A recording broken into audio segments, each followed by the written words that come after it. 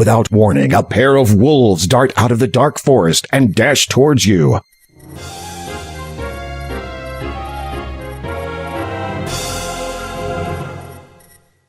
For a minute there, you thought those wolves were going to attack.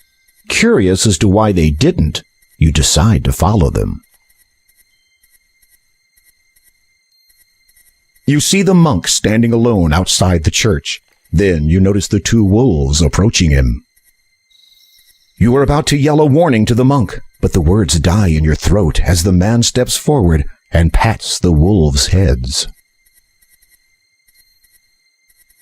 No, my brothers, we must not hurt him. Not yet. He will go to the heathen's abode. He will do what needs to be done. What if he does not? Then, my brothers, we will complete the task before us, the one we began many years ago.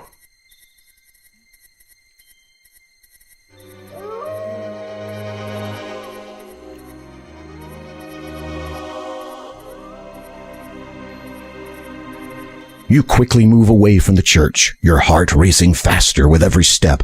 You have a good idea now what will happen once the moon comes out in full, and you do not want to be anywhere near here when it does. One thing's for sure, you're not getting married in that church.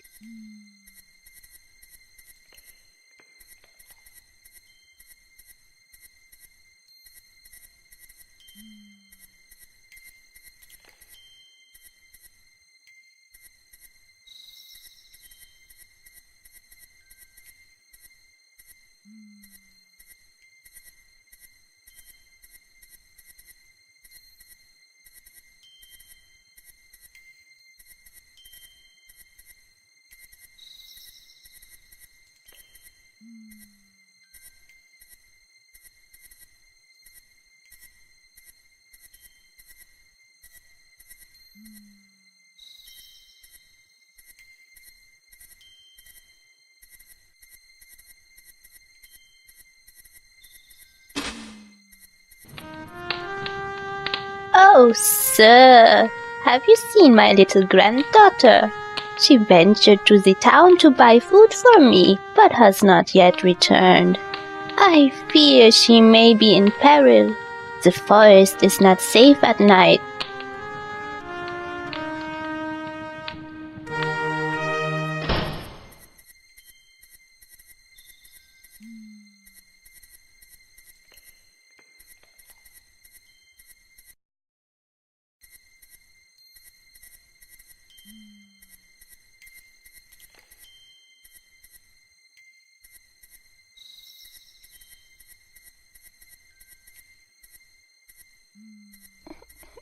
You hear the sound of a child sobbing nearby.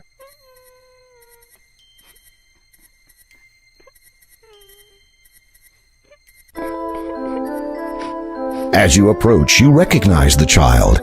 It is Possum, the little girl you helped earlier today.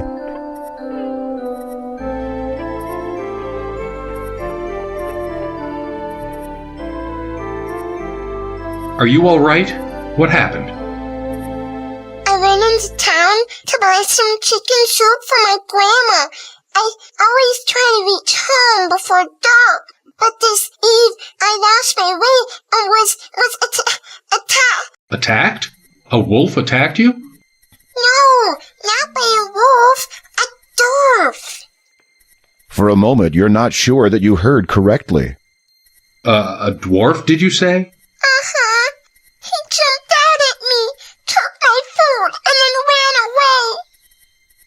Listen, I'm going to try to find this dwarf that you say stole your food. You get back to your grandma, understand?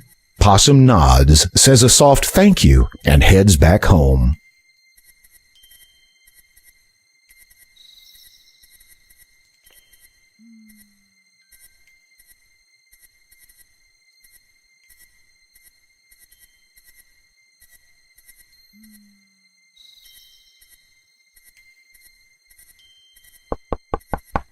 You rap on the treehouse door and wait a moment, but get no response.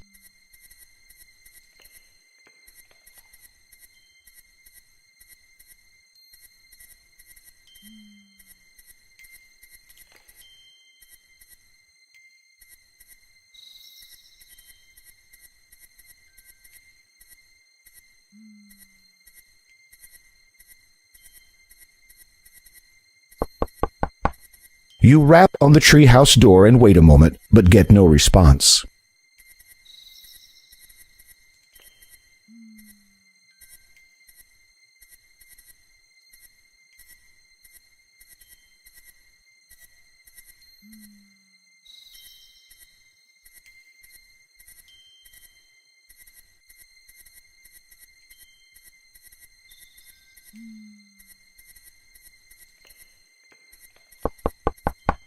You rap on the tree.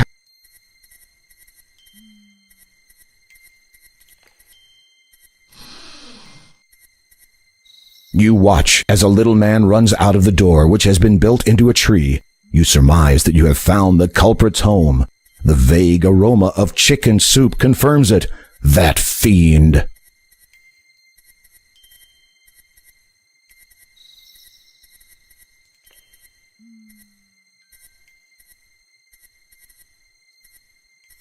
Finding the door ajar,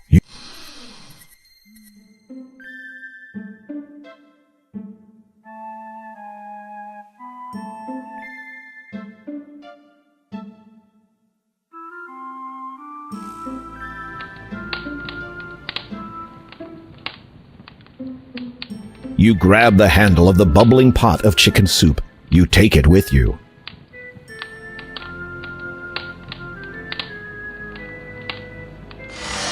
Upon opening the trunk, you find a number of items that the dwarf has obviously stolen and stashed away. Among them are some gold coins. They display the distinctive face of the first king. They could only have come from the magic chest of Daventry.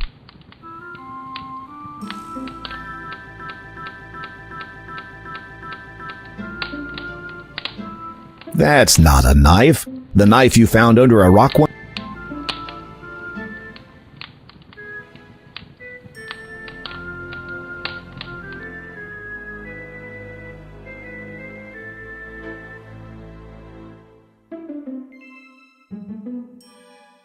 The door.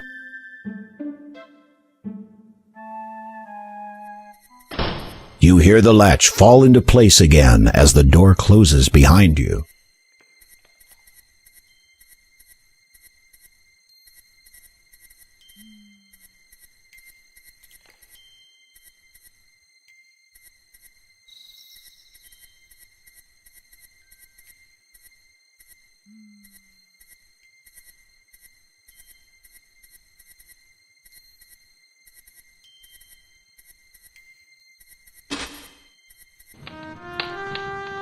Welcome. Come in, please. Possum told me to expect you.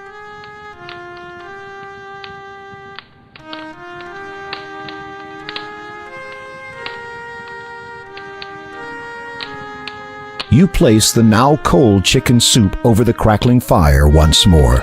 After it heats up to eating temperature, you remove it again.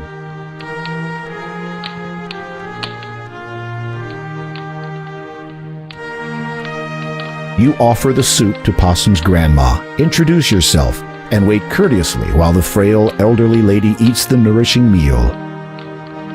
When she is finished, she sets the empty bowl down elsewhere and turns her attention towards you.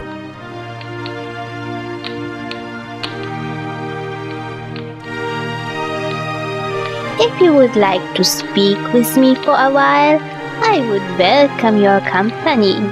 A person should never turn away a visitor, especially when she reaches the twilight of her life. You can't help but feel a sense of finality in the old woman's words. You must have something in return for your kindness. You do not need to risk your safety for an old, worn-out woman like myself. Look under the bed. You should find something to keep you a little warmer on a cold night like this.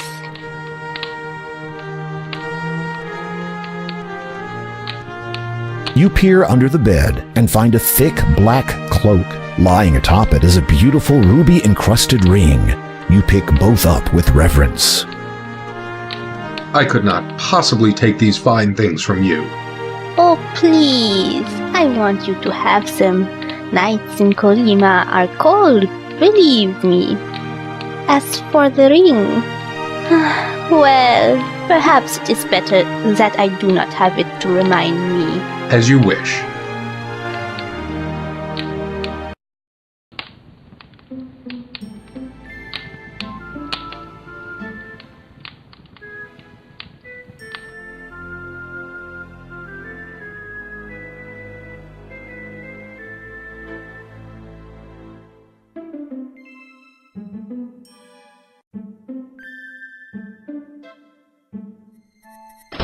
You hear the latch fall into place again as the door closes behind you.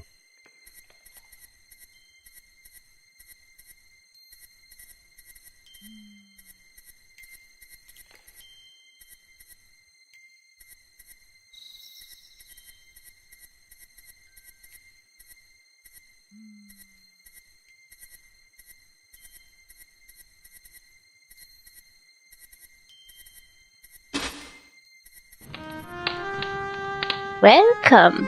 Come in, please. Possum told me to expect you.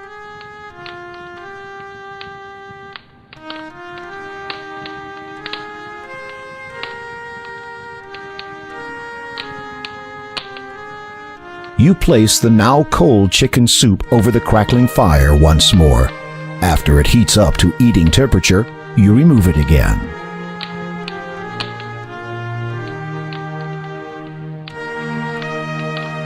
You offer the soup to Possum's grandma, introduce yourself, and wait courteously while the frail elderly lady eats the nourishing meal.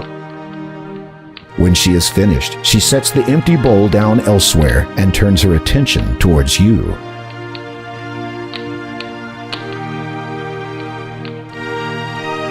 If you would like to speak with me for a while, I would welcome your company. A person should never turn away a visitor, especially when she reaches the twilight of her life. You can't help but feel a sense of finality in the old woman's words. You must have something in return for your kindness. You do not need to risk your safety for an old, worn-out woman like myself. Look under the bed. You should find something to keep you a little warmer on a cold night like this.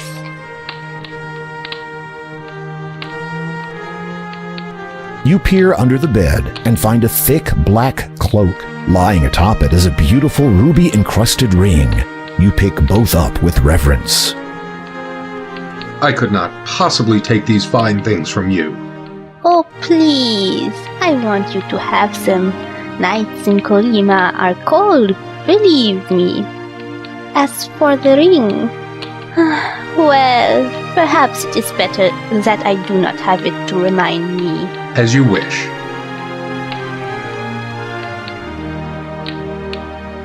You have a charming young granddaughter. Grandma smiles at you graciously. She is a treasure to me. I would do anything to ensure that no harm comes to her. If I may inquire, what became of her parents? Grandma frowns, and her eyes darken for a moment before she forces a melancholy smile to her face. They were lost to us many years ago.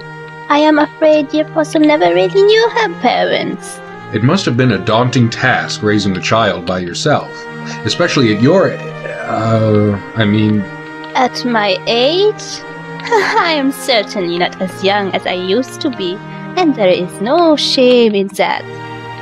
I have tried to raise her as best I could to keep her safe and well. However, I fear that as of late the reverse has become truer. If you please, I was hoping you might tell me of the cloak and ring's origin. The old woman closes her eyes as if the memory she seeks is painful to her senses. They were my husband's. He was a proud man, the last of his line. His family had been rich, a great deal of old money, you might say. They lived in that castle you might have seen to the north. Its location upon that island is evidence of how much they valued their privacy. He was a good man, my husband. He took care of me. Certainly he had his strange habits. Most men do, if you will pardon me for saying so. I suspect that he practiced magic, so I could never catch him in the act. He would frequently journey afar, taking that black cloak with him wherever he went, to places he would not talk about. He said that it represented something important to a certain group of people, and that I was never to mention it to anyone. But he was always there for me, always, until that fateful night. We had been married just over a year, and I was heavy with child. We were both out walking in the weirwood forest late one night. The air was warm, and in our youth we paid little attention to the world and its many dangers. Besides, there was a full moon. We could see clearly enough. A shadow passed over us. We looked up, thinking it might have been a stray cloud. It was not. Descending upon us like a demon was the largest, most hideous bat I had ever seen. Its fangs were bared, and it dove straight for me. I must have screamed. My husband flung himself in front of me to protect me. He swung his arms about frantically in hopes of warding the horrid thing away. Perhaps he was trying to cast a spell, but could not recall how in his panic. It paid him no heed and would not be deterred. It swooped again and again relentlessly. At one point, my husband's hand must have clipped the bat's wing because it lost control and crashed into his shoulder. He tried to wrest the foul creature away, but then he shrieked suddenly. The horrid thing had bitten him. He never did recover from that incident. He just faded with each passing hour. Within 2 days of the attack, my husband had died. We buried him on his family's plantation on the island. Sometimes when I sleep, I can feel him watching over me, guarding me, protecting me. I think he is waiting for my time to come so we can be together always. The old lady seems to be dozing off. You can barely hear her final words. I miss him so. Telling the story has clearly taken a great deal out of her. You watch the old woman a moment and notice her labored breathing as she sleeps. Despite the little girl's tireless daily efforts, perhaps there's nothing more to be done.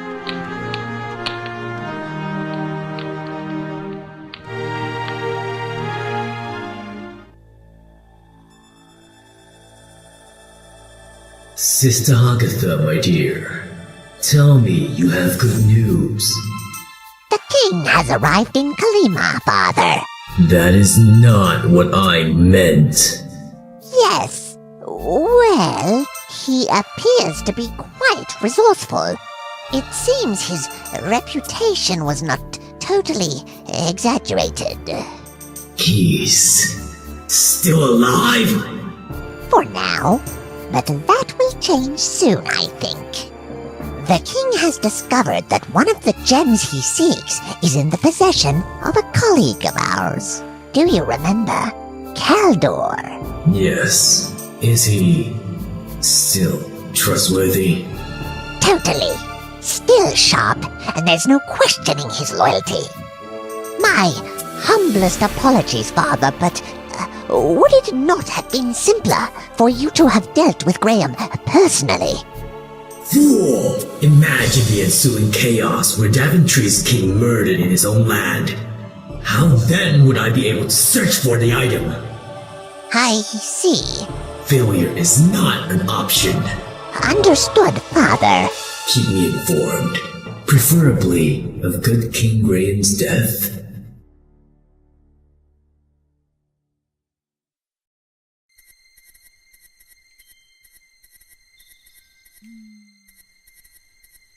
You are now wearing the beautiful ruby ring.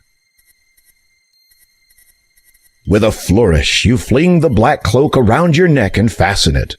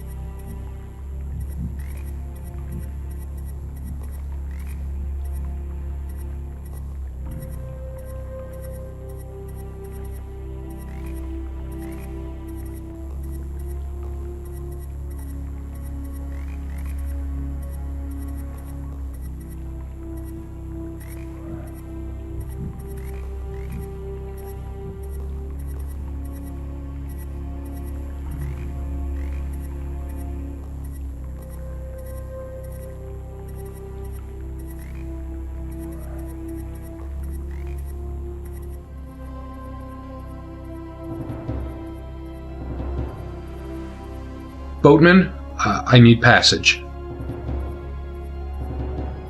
I said... I heard. The ghoul's voice chills you to the bone. It speaks with a deep, resonating bitterness. You cannot make out a great deal of its face, but what you can see has the hairs on the back of your neck standing on end. In life, I would row this boat for the master. Long ago was my untimely death in these waters, but still I remember many things. Laughter, tears, joy, pain.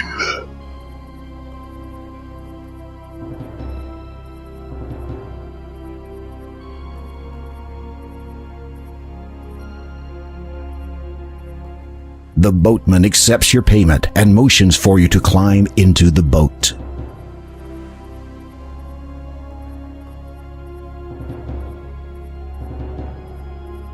The shrouded ghoul paddles across the toxic lake to the shore on the other side.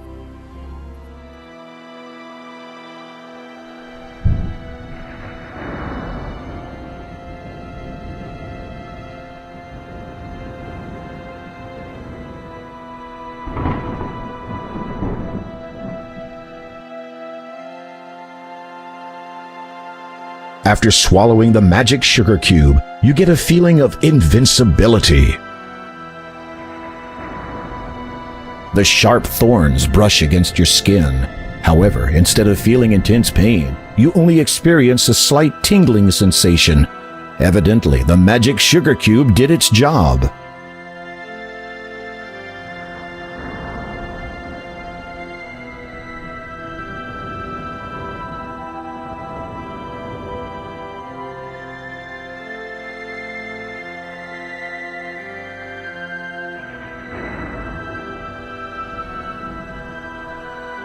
As you approach the ghosts wearing the black cloak, they seem to notice you, and then begin to drift away towards the cemetery.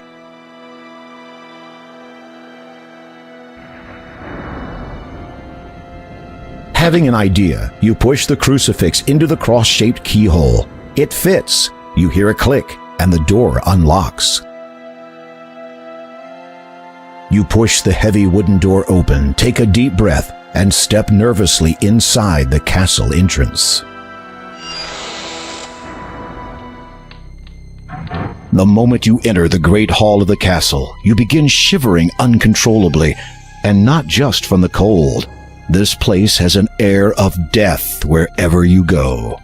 You feel desperate to get what you came for, and anxious to leave as quickly as possible.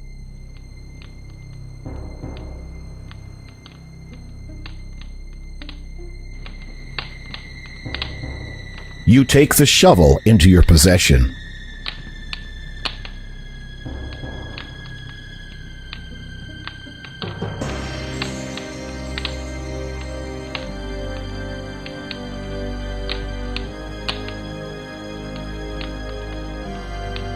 You hold your candle up to the blazing torch. It catches. Your candle is now lit.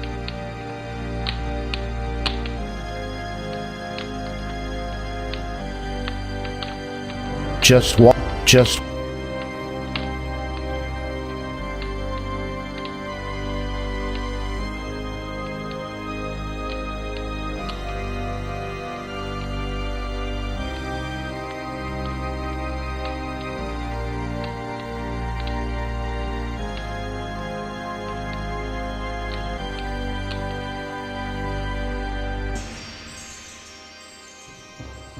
The staircase beyond is very dark. Fortunately, your candle provides just enough light to see where you are going.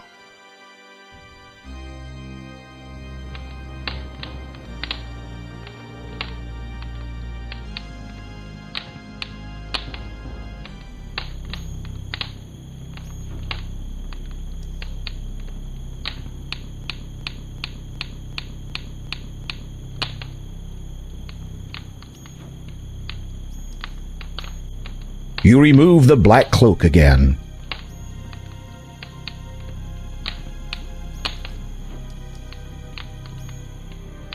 Nervously, you lift the heavy lid of the elegant coffin. You peek into its red satin interior. The coffin is unoccupied, and you feel relief wash over you. As you prepare to look inside the coffin, King Graham, I presume. you turn on your heel. There, blocking the only exit from this dismal room, stands the Count. His skin is pale, his eyes jet black. He wears a black cloak nearly identical to the one that you possess. You know me? Ah, yes indeed. Sister Hagatha alerted me to your arrival, dear king. Desperate to stall for time, you query the Count. Sister Hagatha, you say? Who is she? The Count regards you with a suspicious glare.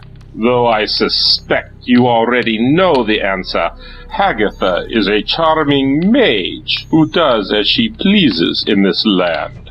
Strange. I was not aware a new ruler had been elected. Do not be foolish. Hagatha has no interest in the politics of this wretched place, nor do I, in point of fact. Death tends to diminish one's taste for power. No, at present, she is interested only in one thing, as am I, your destruction. The Count no longer... He would not see it too well from where you are.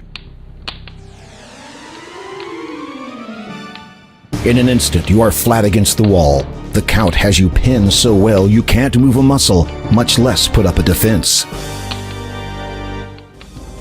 You can feel the Count's iron-cold hand on your throat. You have barely seconds before the inevitable happens. With difficulty, you manage to loosen the ruby ring from your finger and drop it to the floor. The Count's eyes dart to it quickly, then flash angrily back to you. Where did you get that? The elderly woman who lives in a house to the south of here, near the beach. She gave it to me for helping her. The Count regards you for a moment. His dark eyes bore unendingly into yours, and you feel as if your very soul is bare. What do you know of her? She is not well. I know. Do you think I am not aware of that? You are sweating profusely. Hopefully, this vampire doesn't find the odor appetizing. Night is the most dangerous of times for my mortal family. I have kept constant vigil over my wife for many years, so that from the darkness, no harm would come to her. When her time comes, we will be together forever. I think tonight will be the night. I have seen her this very eve. I did what I could to help her, but I do not think it was enough.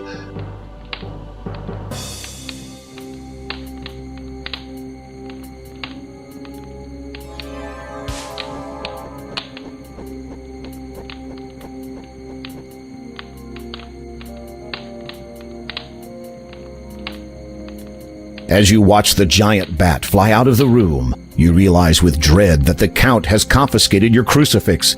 Without it, you are trapped in this castle. Now what are you going to do?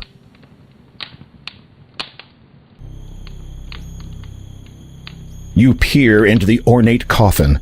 Finding it unoccupied, you see that the interior is lined with shiny red satin. At long last, you have located the final gem, the Death Gem. You breathe deeply, reach out, and take the stone in your hands. It is ice cold to the touch, but you don't care. This is the last thing you need to unlock the door of destiny. Now all you have to